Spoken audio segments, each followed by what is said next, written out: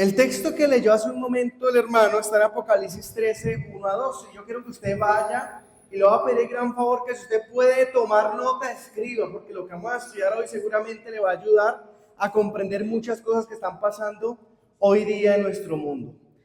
Apocalipsis capítulo 3, el versículo 1 hasta el versículo 2. Dice de la siguiente manera, ¿lo tenemos? Dígame. Si no lo tiene, diga misericordia, por favor. No, lo tenemos todo, listo, muy bien. Versículo 1 y versículo 2 dice así: me paré sobre la arena del mar y vi subir del mar una bestia que tenía, ¿cuántas cabezas? 7 cabezas. ¿Y cuántos cuernos? 10 cuernos. ¿Y en sus cuernos cuántas diademas? 10 diademas. Y sobre sus cabezas un hombre blasfemo. Versículo 2. Y la bestia que vi era semejante a ¿qué cosa? A un leopardo, y sus pies como las de ¿qué? Las de un oso, y su boca como la de ¿qué? Como la de un león. Y el dragón le dio su poder y su trono y grande autoridad. Por favor, allá donde está, cierre sus ojos y vamos a orar. Querido Dios, queremos estudiar tu palabra, Señor. Somos indignos por nuestras propias fuerzas de hacerlo, por nuestras propias capacidades. Sin embargo, suplicamos que sea el Espíritu Santo que esté en nuestro medio para comprenderlo, para entenderlo adecuadamente y así ver la maravillosa esperanza que brindas para tu pueblo en este día. En Cristo Jesús, y la iglesia dice, amén. Amén. ¿Saben que hace un par de semanas atrás salió la famosa noticia que dio vueltas por todos lados? El Papa murió. Oye, y cuando murió el Papa, se llenaron las redes sociales, porque hoy día, gracias a las redes sociales, pues a veces nos informamos bien, pero a veces nos, dicen un nuevo término por allí, nos infoxicamos, ¿cierto? De tanta información que aparece allí, a veces distorsionada, y comenzaron a aparecer diferentes referencias, diferentes alusiones, diferentes símbolos que aludían a la Biblia en relación a que el Papa había fallecido. Y yo vi y me preocupé en gran manera, no por esto, sino por ver hermanos de nuestra iglesia un poco afanados, no por esta situación, sino por dar interpretaciones que la Biblia no enseña.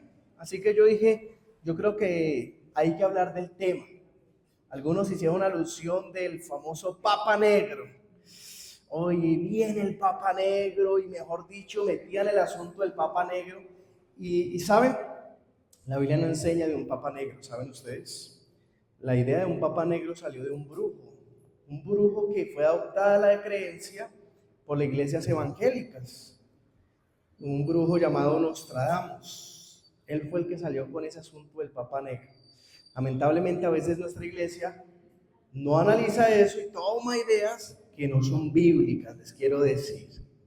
Sin embargo, siguieron surgiendo noticias, llegó esta semana y ustedes saben, se reunieron allí y de pronto apareció el humo blanco y salió allí el hombre. Yo vi el personaje, yo estuve viendo la noticia, sale allá el personaje, el encargado de dar la noticia, y tomó el micrófono y dijo, habemos Papa. Y toda esa plaza, y los que estaban entrevistando decían, no, el Papa tiene que ser italiano, y eso estaban, mejor dicho, celebrando los italianos, porque pues Roma está allá en Italia, así que ellos decían, va a volver el papado aquí a nuestra tierra, y estaban gozosos cuando el hombre da el nombre que quedó de Papa. Un norteamericano.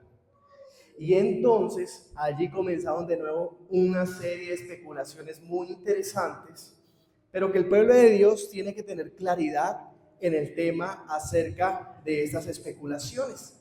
¿Qué de cierto hay y qué de cierto no hay? Lo que no está escrito, lo que no está claro en la palabra de Dios o en el espíritu de profecía, hermano, eso es una especulación. Usted no tiene que creer eso. Ahora, para que usted sepa qué es verdadero y qué no es verdadero, pues hay que estudiar. Porque si no, cualquier cosa que aparezca en las redes sociales, cualquier cosa que comenzamos a creerlo. Y entonces apareció y el hombre se hizo llamar o se hace llamar León 14. ¿No? Todo lo debemos de saber porque eso es noticia mundial, eso no es pecado que usted sepa eso. León 14.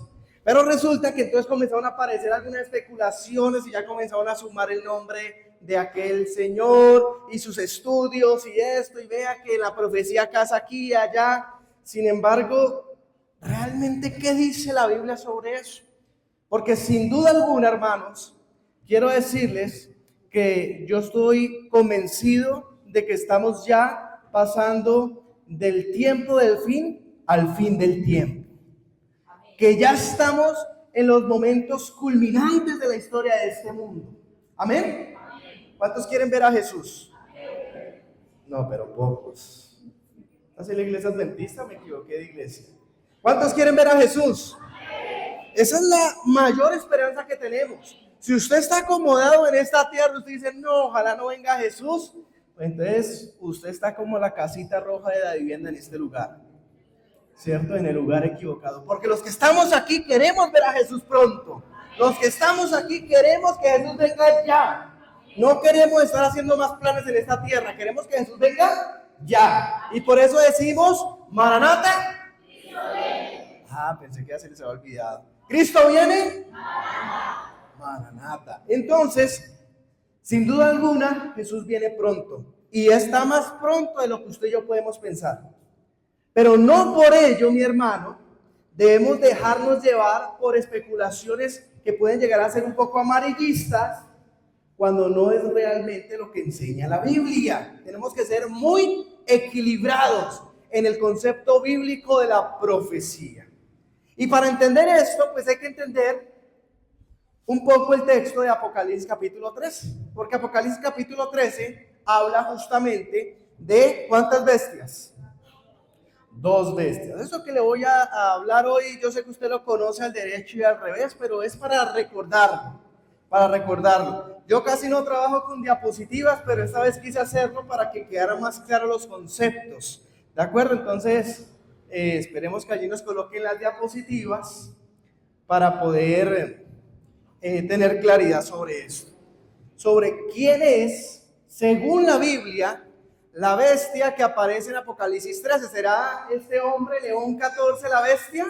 Bueno, es que yo he visto, y lo coloco allí porque he visto en diferentes, yo tengo muchos amigos en Facebook, entonces en Facebook no se da cuenta. Y no está mal que lo hagan. El problema es cuando son los adventistas los que lo hacen. A mí me llama la atención eso. ¿Será que este hombre, León 14, es la bestia de Apocalipsis 13? Vamos a ver qué tiene cara, dice. Vamos a ver qué dice la Biblia. Vamos a basarnos con lo que enseña la Biblia, qué es realmente la bestia de Apocalipsis 13. ¿Queremos verlo? Por eso vaya copiando, vaya escribiendo. Porque nuestro deber es entender que estamos en los tiempos finales, pero no por eso debemos enredar y crear ideas que no son bíblicas. Lo que tenemos que ser muy equilibrados. Así que si tiene dónde escribir, escriba para entender un poquito el tema de hoy, que es de profecía. Y vamos a ir de nuevo, ahí está en pantalla la siguiente diapositiva, el texto bíblico, Apocalipsis 13:1. Denle ahí en los 3 punticos.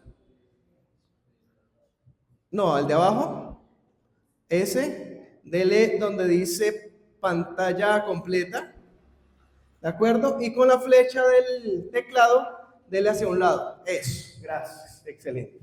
Dice en la segunda diapositiva, está el verso bíblico, usted ya lo leyó en su Biblia. Me paré, ¿quién está hablando allí? Juan, el que escribió el Apocalipsis, el vidente de Pasmos. Él está allí y ve una visión. Usted tiene que tener en cuenta algo muy importante.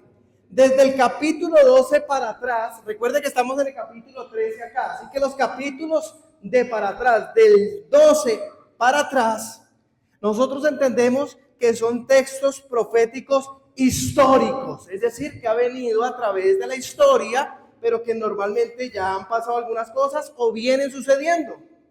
Pero a partir de este texto en adelante, a partir de 14, comienzan a haber sucesiones que todavía no han pasado o que han sucedido en pocas magnitud, pero lo mayor de cada profecía está por suceder, ¿de acuerdo?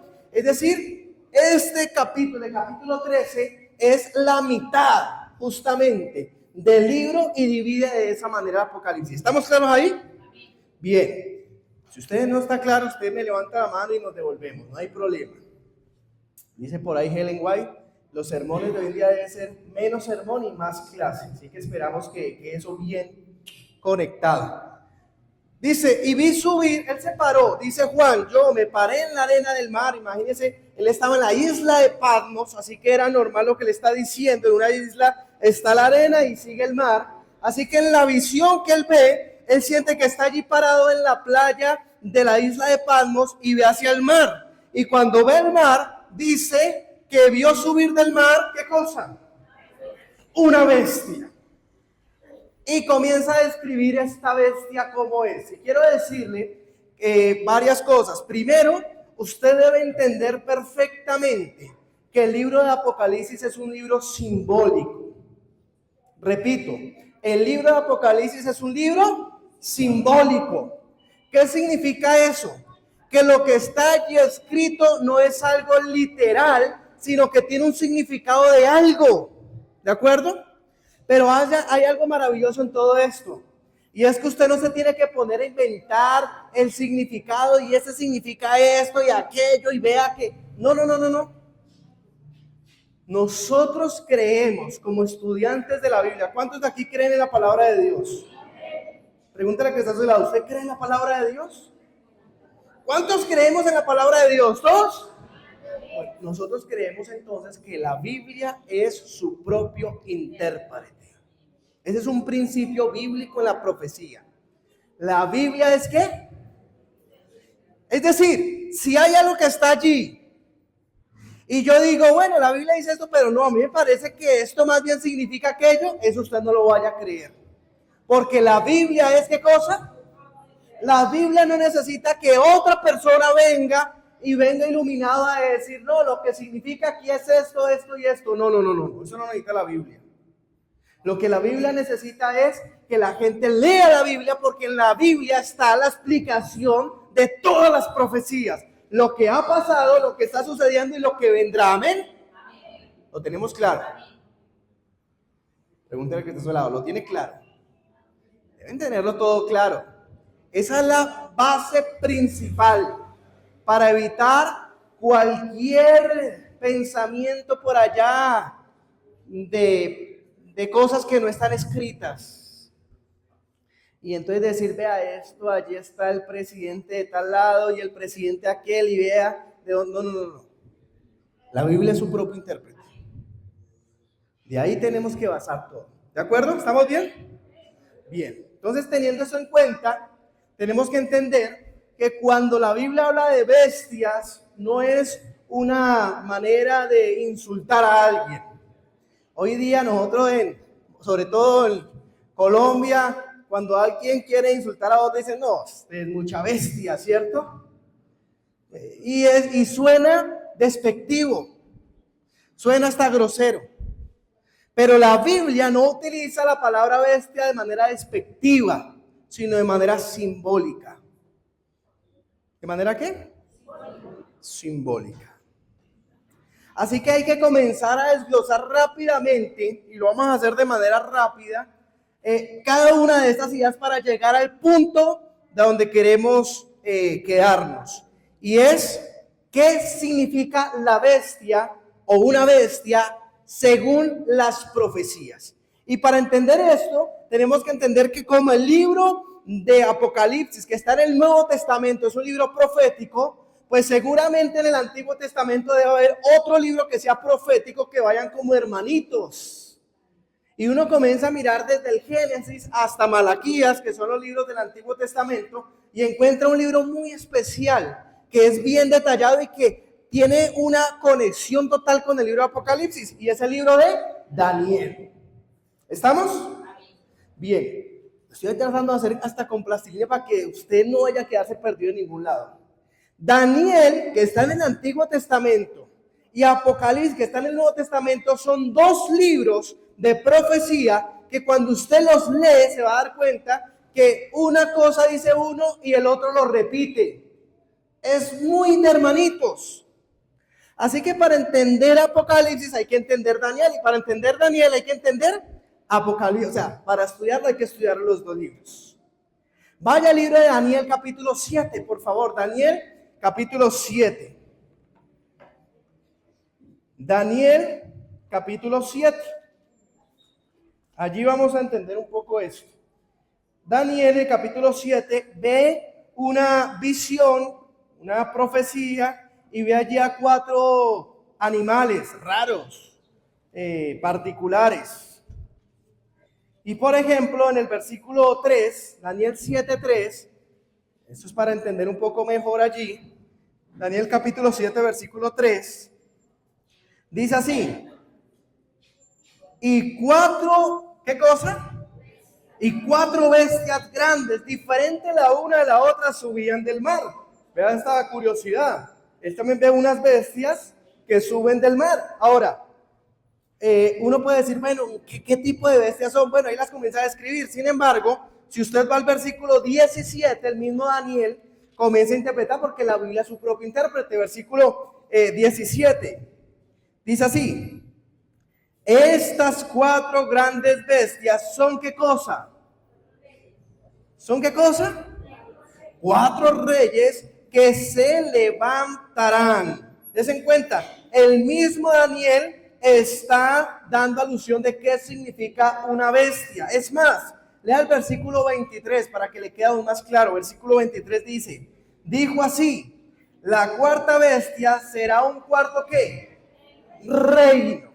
Es decir, cuando en la profecía bíblica se habla de bestias, lo que está haciendo alusión no es un tema grosero o despectivo, sino que es una simbología para hablar de poderes o de reinos que se van a levantar en cuestión o a nivel mundial para llevar a cabo algún plan. ¿Estamos allí? ¿Bien? Entonces en el texto dice: me paré sobre la arena del mar y vi subir a una bestia. O sea, ¿qué vio ver? Él vio una bestia, pero ¿qué significaba esa bestia? Un reino, ¿cierto? Vamos bien. Ahora, el mar, esa bestia o ese reino sale del mar. ¿Qué significa el mar? Vaya conmigo a Apocalipsis 17. Por eso le dije que apuntara por allí donde pudiera, porque íbamos a tomar varios textos. Apocalipsis 17, versículo 15. 17:15. Él está hablando de otra profecía, pero hay una simbología ahí que nos interesa. 17:15 dice así la palabra del Señor. También me dijo, Apocalipsis 17:15, también me dijo, las aguas que has visto donde se sienta la ramera, es otra profecía, pero está hablando de la cantidad de aguas, dice allí, son pueblos, muchedumbres, naciones y lenguas. Es decir, donde hay agua, según la profecía, la simbología de agua, ¿y el mar qué es? No, pero el mar ¿qué es? Agua, ¿cierto? ¿O el mar es otra cosa? No, el mar es agua. Es decir, el símbolo del mar, según Apocalipsis 17, vea que la misma Biblia es la que está haciendo la interpretación. Según Apocalipsis 17, el mar es símbolo de un lugar donde hay muchedumbre de personas, donde hay mucha gente. ¿De acuerdo? Entonces uno comienza a investigar y entonces dice, bueno, Juan dice, me paré allí sobre la arena del mar y vi subir del mar, es decir, donde hay mucha gente, donde está muy poblado, donde hay muchas ciudades, vi subir una bestia, es decir, un reino, un poder. ¿Estamos bien? Eso no hay por qué tener miedo. El Apocalipsis es una carta de amor que nos expresa qué es lo que va a suceder. Así que él ve a este reino y dice que tenía en su cabeza, ¿qué cosa? 10 cuernos. Ahí mismo en Apocalipsis 17, el versículo 12 nos dice qué significan los cuernos. Versículo 12, dice así. Los 10 cuernos, vean lo hermoso que es la Biblia, la misma Biblia va interpretándose solita. Los 10 cuernos que has visto son ¿qué cosa? 10 reyes que aún no han recibido, ver, los que aún no han recibido reino, pero recibirán autoridad como reyes por una hora, juntamente con la bestia. Recuerde que Juan está escribiendo el libro de Apocalipsis por allá antes del año 100. ¿Quién reinaba en el año 100? ¿De dónde eran los emperadores? De Roma. Roma, pero del Imperio Roma. Es decir, de Roma imperial. ¿De acuerdo? De Roma imperial. Era el poder que gobernaba a nivel mundial. Era lo más fuerte. La potencia mundial en ese entonces era Roma. Pero Roma imperial. ¿De acuerdo? Tenga en cuenta eso. Así que le dice él, vienen 10, esas cabezas son 10 reyes, entiéndase por 10 reinos más que vendrán, pero todavía no han venido. Claro, Juan está escribiendo antes del año 100, pues no había venido todavía esos reyes. Está diciendo a Juan, ellos van a venir, esos reinos. Y es que justamente usted comienza a mirar y resulta que por allá, bueno, la historia dice que existieron una vez un sueño, allá en el capítulo 2 de Daniel, existió un sueño que el rey vio una estatua. ¿Se acuerdan de la estatua?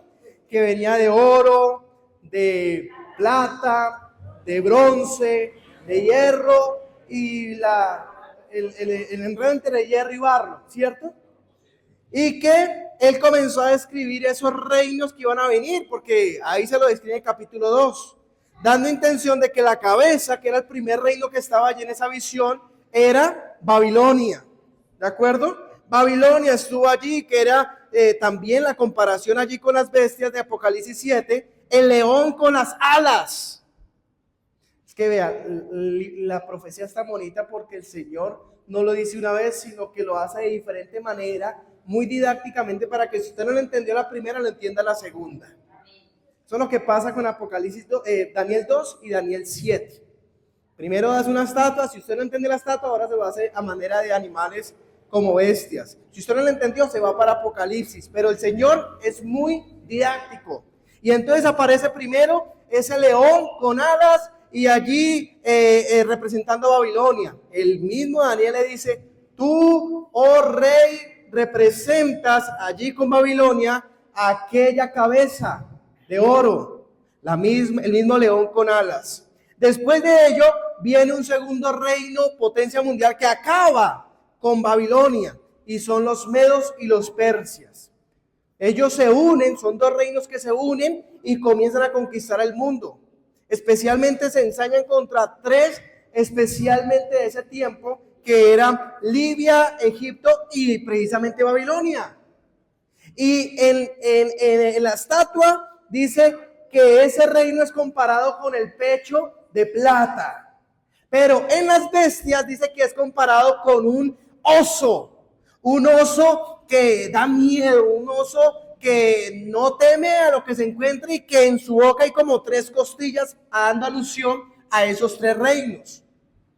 Después de esto dice que viene un tercer reino, que era la parte de la estatua que era hecha en bronce, y que en los animales se hablaba de un leopardo con 4 cabezas. ¿Recuerdan? Yo sé que todo eso ustedes lo saben, solamente es un recorderis para poder entender la bestia de Apocalipsis 13. Y entonces entendemos que se levantó un rey poderoso en una nación llamada Grecia. Y eso no solamente aparece en la Biblia, usted encuentra en los libros de historia cómo fue la sucesión de los reinos en el mundo y ahí está claramente. Aparece Grecia con un hombre llamado Alejandro Magno.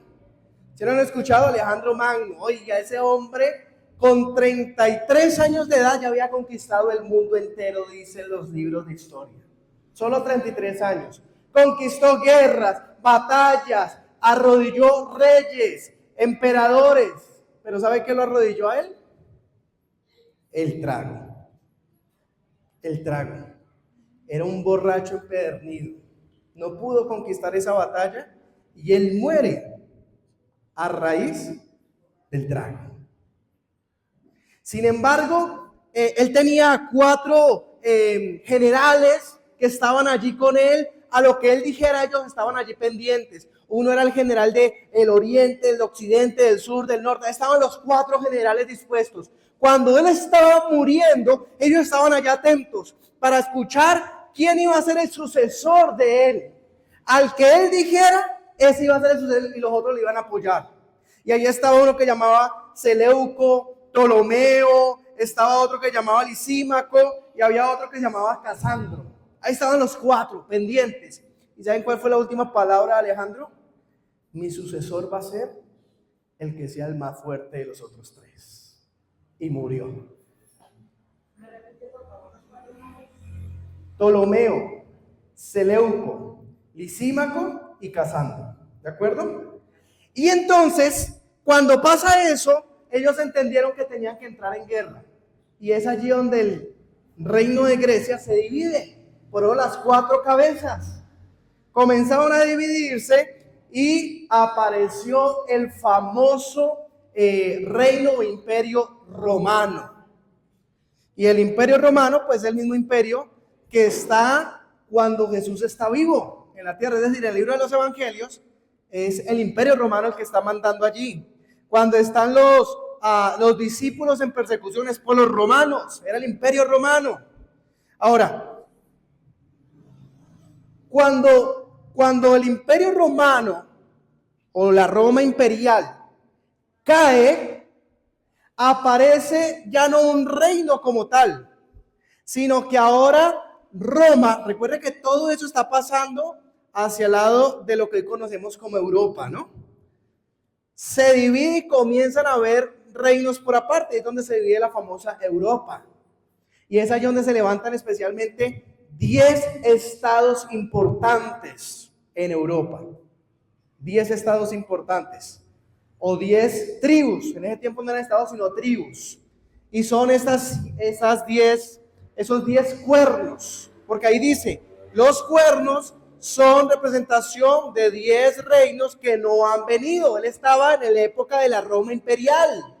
Era Roma la que mandaba. Y le dice allí en Apocalipsis 17, los 10 cuernos son 10 reinos que no han venido, pero que van a venir y que van a nacer todos al tiempo. Es decir, eran esas 10 tribus bárbaras que componen a Europa. ¿Estamos bien? ¿Lo tenemos claro? ¿Vamos bien o bien enredados? Estoy tratando de hacerlo lo más específico y claro. Bien, entonces eso, los 7 cabezas. ¿Qué significan las 7 cabezas? Ahí en el mismo capítulo 17, en los versículos 9 y 10, dice de la siguiente manera: esto, para la mente que tenga sabiduría, las 7 cabezas son 7 montes sobre los cuales se sienta la mujer. Y sigue diciendo, y son 7 reyes. 5 de ellos han caído. Uno es, y el otro aún no ha venido. Y cuando venga, deberá durar breve tiempo. Rápidamente, dice, los 7 cuernos, las 7 cabezas, son montes o reinos también. Es otra manera de explicar los reinos. O sea, cuando hay una repetición de información, lo que quiere decir es que es algo muy importante que hay que estudiar. ¿De acuerdo? Y saben, esos 7 cuernos, esas 7 cabezas, son símbolo de los 7 enemigos que ha tenido el pueblo de Dios desde todos los tiempos. Es decir, es una repetición de los 4 reinos, pero también de otros reinos anteriores. ¿Por qué? Porque cuando Daniel ve la profecía, el Señor comienza a contarle todo desde su tiempo en adelante. Pero para atrás ellos habían tenido otros enemigos, como es, por ejemplo, el primer enemigo que tuvo el pueblo de Dios, se llamó la nación egipcia o Egipto. ¿De acuerdo? Después de Egipto vino otros que eran los asirios. ¿De acuerdo? Después de los asirios vivieron los babilónicos, Babilonia, medos y persas, Grecia, Roma imperial, pero falta un séptimo, que es el que vamos a hablar ahora, esa bestia de Apocalipsis 3. ¿Estamos allí? Todo para entender toda esta partecita. Sus cuernos tienen 10 diademas, las diademas son coronas. ¿De acuerdo? Dando alusión a ello. Y sobre sus cabezas un nombre blasfemo. Y vamos a ver qué significa blasfemias. ¿Qué significa blasfemias en la Biblia? Ahora, teniendo esto en cuenta, usted vuelva ya a Apocalipsis capítulo 13, volvamos rápidamente. Esto es para poder entender mejor esto. Y dice así, versículo 1, me paré sobre la arena del mar y vi subir del mar una bestia que tenía 7 cabezas, 10 cuernos. Ya entendimos qué es esto. Sus cuernos tenían 10 diademas y sobre su cabeza nombre de blasfemia. Versículo 2, la bestia que vi era semejante a un leopardo. ¿Recuerdan? El leopardo era símbolo ¿de quién? De Grecia. Es decir, esta bestia trae ciertas costumbres de las bestias anteriores. ¿De acuerdo? Entonces dice, esta bestia parecía como leopardo, pero no solamente como leopardo, sino que también tenía los pies como ¿quién? Como las del oso. ¿A qué simbolizaba el oso? A medos y persas, ¿cierto? O sea, traía cosas también de los medos y los persas, pero sigue diciendo, pero además su boca era como de león. ¿Qué significaba león? Babilonia. Es decir, traía cosas también de Babilonia que lo tenían allí en sus costumbres. Esta bestia de Apocalipsis 13, mis hermanos, traía ese orgullo y esa arrogancia de Babilonia. Lo dice en Isaías en varios textos, la arrogancia, el orgullo de creerse mejor. ¿Recuerdan ustedes a Nabucodonosor cuando por allá en el capítulo 4 salió y dijo, no es esta la gran nación que yo creé con mis méritos? Yo soy lo mejor, y ahí viene y lo vuelve el Señor loco. Ese orgullo que él tiene queda impregnado en esta nueva bestia. De los medos y los persas, quiero decirle que esta bestia adquiere la adoración, la manera como adoraban. ¿Saben que fueron los medos y los persas realmente los que históricamente instauraron la adoración de su Dios el día domingo? Ellos eran realmente los que hacían eso. Eso no viene reciente ni en estos pocos siglos, no, eso desde antes de Cristo ya venían una nación adorando los domingos que eran los medos y los persas. Esta bestia acoge esta parte. Y de Grecia, ustedes recuerdan, los griegos tenían una costumbre de que para cada situación tenían un dios. ¿Sí lo recuerdan? Cada situación tenían un dios y tenían una cantidad de dioses. ¿Sí? O sea, eran politeístas. Este sistema de imágenes y de invocaciones también lo adquiere. Por eso esta bestia viene reforzada con lo que las otras naciones logró jalar para que esta bestia fuera tan fea, tan horrible, dice el libro de Daniel, daba hasta miedo verla. ¿Por qué? Porque venía cogiendo de las otras bestias y por eso no tenía una personalidad particular, sino que era la suma de muchas cosas. ¿Estamos bien hasta ahí? ¿Sí o no? Bien. Sigue diciendo entonces en el versículo 3. Vi una de sus cabezas como herida, ¿de qué? De muerte, pero su herida fue sanada y toda la tierra se maravilló en pos de la bestia. Y adoraron al dragón que había dado autoridad a la bestia. Recuerden que el dragón en Apocalipsis capítulo 12, versículos 7 al 9, dice que el dragón es símbolo de Satanás, dice ahí directamente, ¿no? Es Satanás el que le da el poder a esta bestia para que la gente la adore, no es Dios. ¿De acuerdo? Y dice, y adoraron al dragón que había dado autoridad a la bestia y adoraron a la bestia. O sea, adoraban a Satanás, pero también a la bestia, que era un imperio, que es un gobierno, y diciendo, ¿quién como la bestia y quién podrá luchar contra ella? También se le dio boca que hablara arrogancia y blasfemia y se le dio autoridad para actuar ¿por cuánto tiempo? Por 42 meses. Por 42 meses. Ten en cuenta que dice que se le dio boca para que hablara blasfemias y arrogancias. ¿Qué es una blasfemia según la Biblia?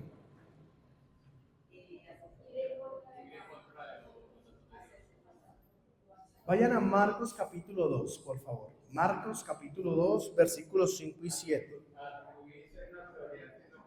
Lo mejor, amén, gracias Nelson. Lo mejor de eso es que la Biblia sea la misma que interprete. Marcos capítulo 2, y vamos a ver lo que dice el versículo 7 hasta el versículo 5 hasta el 7. Dice así, lo leo. Entonces los escribas y los fariseos comenzaron a cavilar diciendo, estaban hablando de Jesús. ¿Quién es este que habla qué cosa? Blasfemias. ¿Y cuál era la blasfemia? Vea lo que dice. ¿Quién puede qué cosa? Perdonar pecados, sino solo ¿quién? Sino solo Dios. Lo que está manifestando allí es que cuando ellos decían, Jesús no es Dios. Sí, bueno, es que yo hablo duro, pues pensé que seguía ahí. Que Jesús no es Dios. Que Jesús no es Dios. Pero Jesús estaba perdonando pecados. Entonces dicen, eso es una blasfemia. Porque cuando un ser humano considera que puede perdonar pecados, es una blasfemia contra Dios. Esa es una blasfemia. ¿De acuerdo? Segunda blasfemia. Vean lo que dice la Biblia en Juan capítulo 10 y los versículos 30 al 33. Juan 10, versículos 30 al 33. Juan 10, capítulo 10, versículos 30 al 33. Dice así, dice Jesús, yo y el Padre uno somos. Entonces los judíos volvieron a tomar piedras para apedrearlo. Jesús le respondió, muchas buenas obras os he mostrado de mi Padre. ¿Por cuál de ellas me apedreáis? Le respondieron los judíos, diciendo, por buenas obras no te apedreamos, sino ¿por qué cosa? Por la blasfemia, porque tú siendo hombre, ¿qué cosa? Te haces Dios. Vea dos ideas de lo que significa en la Biblia blasfemia. La primera idea es perdonar lo que solamente Dios puede perdonar. Y lo segundo es considerarse Dios. Para ellos Jesús no era Dios, así que ¿cómo un ser humano podía decir que era Dios? Eso es una blasfemia. ¿Saben que el Papa León XIII, no 14, León XIII, dijo un día así, los papas tenemos sobre la tierra el lugar del Dios Todopoderoso. Tremendo, ¿no?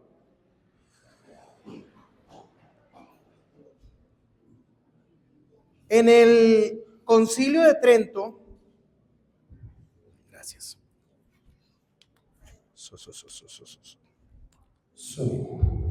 ¿Saben que en el Concilio de Trento la iglesia se reunía cada tanto a verificar lo que creían?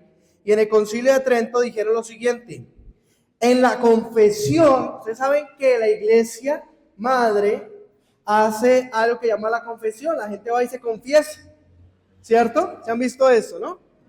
Dice, esto el Concilio de Trento lo dirige la iglesia madre, la iglesia católica. Dice así, en la confesión al sacerdote tiene el poder de perdonar todos los crímenes cometidos después del bautismo. Cuando un delincuente confiesa sus pecados al sacerdote, todos los delitos no solo son perdonados, sino que también son destruidos. Y el criminal se convierte en una nueva persona. Interesante, ¿no? Hablará blasfemias. Dígame si eso no son blasfemias, según la Biblia. Es una característica de la bestia. Ahora, quiero que piense esto. Yo le estoy dando algo que usted ya conoce, pero aclarándole que la Biblia es muy clara en entender que la bestia es un poder y un reino, no una persona. Es donde tenemos que tener mucho cuidado. No es lo mismo una persona a un reino. Por eso es que nosotros no podemos estar haciendo por allí matemáticas con los nombres de una persona.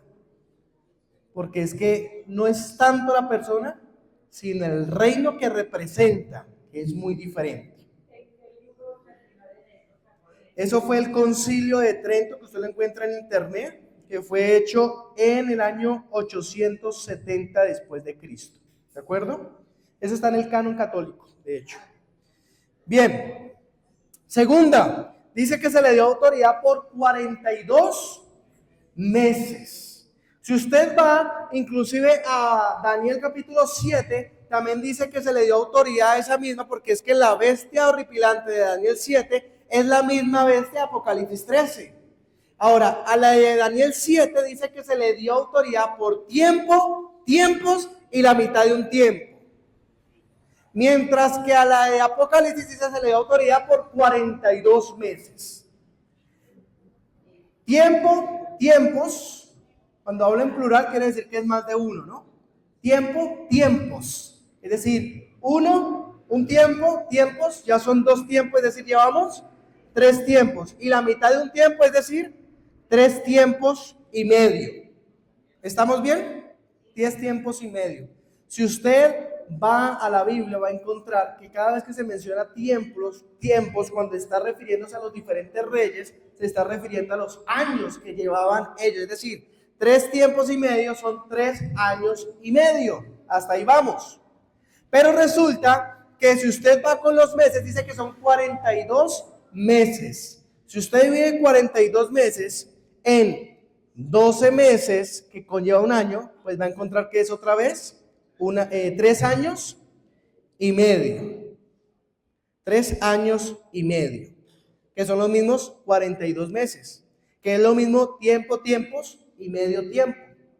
Ahora, 42 meses, lo colocáramos en meses, 42 meses, y en el calendario judío, recuerden que son los judíos, ellos refieren de que no existe 28, 27 o 29 o 31, sino que todos los meses tienen 30 días. Entonces usted coge una calculadora, usted puede tomar su celular y multiplicar 42 meses por 30, que son los 30 días, va a encontrar que da la cifra de 1260. 1260 días, porque estamos hablando que son 3 años y medio, son 1260 días. Pero resulta que si usted va a Ezequiel capítulo 4:6, no solamente en ese texto, también en Números, y perdónenme que solo les doy la cita, no nos podemos leer porque ya el tiempo se me fue, ¿no? En Números, el capítulo 14 y el versículo 34, en esos 2 textos dice que dentro de las profecías, cada vez que se menciona un día se está refiriendo a un año. Hay un principio bíblico que en profecía, solo aplica en profecía, por si acaso. Un día es símbolo a un año. Y si dijimos que son 1260 días, ¿cuántos años son? 1260 años. ¿Estamos bien? ¿O ya estamos embolatados? El que esté bien, dígame. Bueno, por si acaso, por eso estoy grabando esta predicación. Si usted quedó embolatado, vamos a compartir por YouTube esta misma predicación para que usted ya la vaya pausando, meditando, reflexionando y aprendiendo por si acaso. 1260 años. Pero en esos 1260 años, hablando de Daniel capítulo 7 y Apocalipsis 13, esos 1260 años es cuando la bestia o este poder va a tener esa autoridad para blasfemar contra Dios, para blasfemar y destruir y perseguir al pueblo de Dios y aún tratar de cambiar las leyes de Dios. 1260 años. Resulta que hubo un año en la historia donde el poder religioso de este nuevo imperio, que vamos a llamar ya no Roma imperial, sino Roma que ya viene con el apellido papal, repito, no se está diciendo que sea Juan Pablo II, que sea por allá que Francisco, León XIV, no, es Roma papal. Y es donde yo quiero dejar eso en sus mentes. No se angustie quién está allá. Angústiese es que los tiempos se están acercando, que es diferente. No se ponga a especular que porque es que el León 14 y... No. Que es americano. Bueno, los tiempos se están acercando, eso sí. Tuvo una época donde Roma papal dejó de ser la líder espiritual para convertirse en la líder también del poder político. Y apareció un hombre llamado Justiniano. Y eso usted lo puede encontrar en los libros de historia. Eso aparece por allá en el año 538 después de Cristo. Justiniano es consolidado no solamente como el líder de la iglesia, sino como el líder jerarca de la civilización, del Estado. Y es donde se une allí el Estado. Y ahora el Papa, el que estuviera en su momento, no importa el nombre, no importa quién era, no importa si era el Papa negro, el Papa blanco, el Papa rojo, como usted le quiera colocar el color. Lo importante era el Papa que representaba al Vaticano en su momento, se convirtió en el poder no solamente religioso, sino legislativo. Lo que él dijera, por ahí era. No solamente a nivel espiritual, repito, sino a nivel legislativo, es decir, podía cambiar las leyes, no solamente de Dios, sino las leyes de los países. Eso era lo que él hacía. Y si usted toma la calculadora, y recuerda que vimos 538, pero la profecía dice que se le hace poder por 1260 años. Usted toma la calculadora, 538 más 1260, llega a un año bien particular. ¿Cuál es el año? 1798. ¿Cuál? 1700. ¿Qué pasó en el año 1798? En Europa estaban cansados de las atrocidades que estaba haciendo el poder papal. Estaban cansados. Y se levanta un hombre que usted conoce porque usted fue al colegio o a la escuela y le enseñaron un nombre: Napoleón Bonaparte. ¿Se han escuchado de ese hombre? Napoleón. Bueno, ese hombre comenzó a conquistar diferentes lugares. Y dice, vamos a tomarnos al Papa. Oiga, eso es como decir hoy día vamos a tomar preso a Donald Trump. Eso era una cosa seria lo que él pensaba hacer. Y le coloca el mejor general que él tenía, Berthier. El general Berthier fue y entró donde estaba el Pío de su momento, el Papa de su momento, que era el Papa Pío VI, y estaba él allí haciendo una homilía y estaba haciendo un culto allí el Papa, y el general Berthier irrumpió en el lugar donde estaba y lo esposó, lo abofeteó. Oiga, eso era serio lo que él estaba haciendo. Lo abofeteó, lo tomó preso y se lo llevó.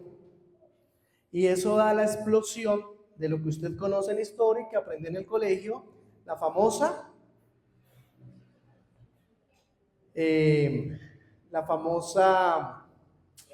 Revolución Francesa. Gracias, Willy. La famosa Revolución Francesa, donde todos se fueron en contra de las cosas espirituales. Aún tomaban la Biblia, porque como la Biblia era lo que impedía hacer todo según decían el clérigo, tomaban la Biblia y las quemaban, las pisaban. Nadie podía, el que fuera cristiano de querer levantar la Biblia lo podían matar. Dice que hubo tanta guerra que en una ciudad derramaron tanta sangre que no eran hilos de sangre, sino ríos completos de sangre de tanta gente que murió. En la famosa noche de San Bartolomé, dice la historia. Esto es muy interesante. Eso pasó, y entonces en 1798, cumplidos los 42 meses, se le acaba el poder a Roma papal. Cumpliéndose lo que dice ahí el texto, y tendrá una herida mortal Se acabó el reino papal, todos celebraron, se acabó el reino papal. Ya estamos en paz. Pero dice el texto, pero su herida fue ¿qué cosa? Y por ahí en el año 1929, hace poquito, apareció el rey de Italia, el presidente de Italia, y dice, vamos a firmar aquí un tratado. Y llama al Papa de su momento, y en ese año firman para consolidar al Vaticano como un estado independiente. Tremendo, ¿no? Y la historia dice, hoy usted lo ha podido ver, que comenzó el Papa a hacer una campaña de amistad por el mundo. El Papa de turno me refiero, por si acaso. No le ponga nombre a ese Papa, sencillamente el del turno. Comenzó a hacer una campaña de amistad. Y en el lugar donde era imposible que entrara, se llaman los Estados Unidos de Norteamérica, porque ese país fue fundado huyéndole a las persecuciones de la Iglesia Católica. Por eso la Constitución norteamericana dice, aquí no tendremos rey ni tendremos religión. Todos serán libres de expresar su conciencia. Pero por allá en 1980 y alguito, este presidente Ronald Reagan de Estados Unidos le dio el aval y firmó un primer tratado con el Papa del turno. O sea, vuelvo a repetir, no le ponga nombre a ese Papa, porque es el Estado, el reino, no la persona. Y firman un tratado y comienza a haber ciertas amistades, a tal punto que hoy día, y ya para culminar, a tal punto que hoy día el Estado papal tiene la posibilidad de que su voz sea escuchada por diferentes países, haciéndole cambiar de pensamiento por el poder que tiene actualmente. ¿Quién se puede enfrentar al Papa hoy día? Al Vaticano. Lo que él diga, por ahí se va orientando. Esto que nos hace entender, yo podría hablar de la segunda bestia, pero no es el tema de hoy, solamente era eso. ¿Qué nos hace entender? Tres cosas. Lo primero es que la palabra de Dios se cumple. ¿Cuántos dicen amén por eso? ¿La palabra de Dios qué? Segundo, escuche muy bien esto. Segundo, la profecía bíblica es clara en la Biblia, no en la mente de las personas.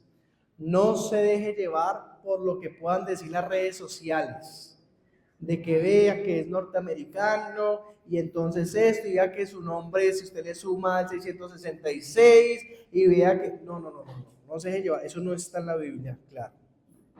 Lo que sí está en la Biblia es que sí es el imperio de Roma papal unido al imperio de los Estados Unidos de Norteamérica, que es muy diferente a la persona que esté. No, que es Donald Trump, que no piense en la persona. Usted no debe angustiarse por quién suba allá, usted debe angustiarse. Y es lo tercero que le quiero decir. Usted debe angustiarse por estar bien con Cristo Jesús. Eso es lo que realmente nos debería más interesar a nosotros. Porque sin importar lo que suceda en Roma y Estados Unidos, si hoy usted se muere y no ha arreglado sus cosas con Dios, usted se va a perder. Por mucho conocimiento que tenga. Eso es lo que más debería preocuparnos como adventistas. ¿Saben? Un día le preguntaron a Elena G. White, señora Elena, ¿cuándo viene Jesús? Le preguntaron a ella. ¿Usted sabe la fecha de cuándo viene Jesús? Y ella se quedó pensando, escuchando al hombre, le dice, ¿qué diferencia hay si yo le doy una fecha o no? Y él dice, no, pues dígame, ¿usted sabe cuándo viene Jesús? Y entonces ella le dijo, ¿qué pasaría si yo le dijera que vienen 2 semanas? ¿Cómo actuaría usted? Y el hombre le dice, si usted me dijera que Jesús viene en 2 semanas, comenzaría a tomar decisiones importantes en mi vida. Cambiaría mi vida.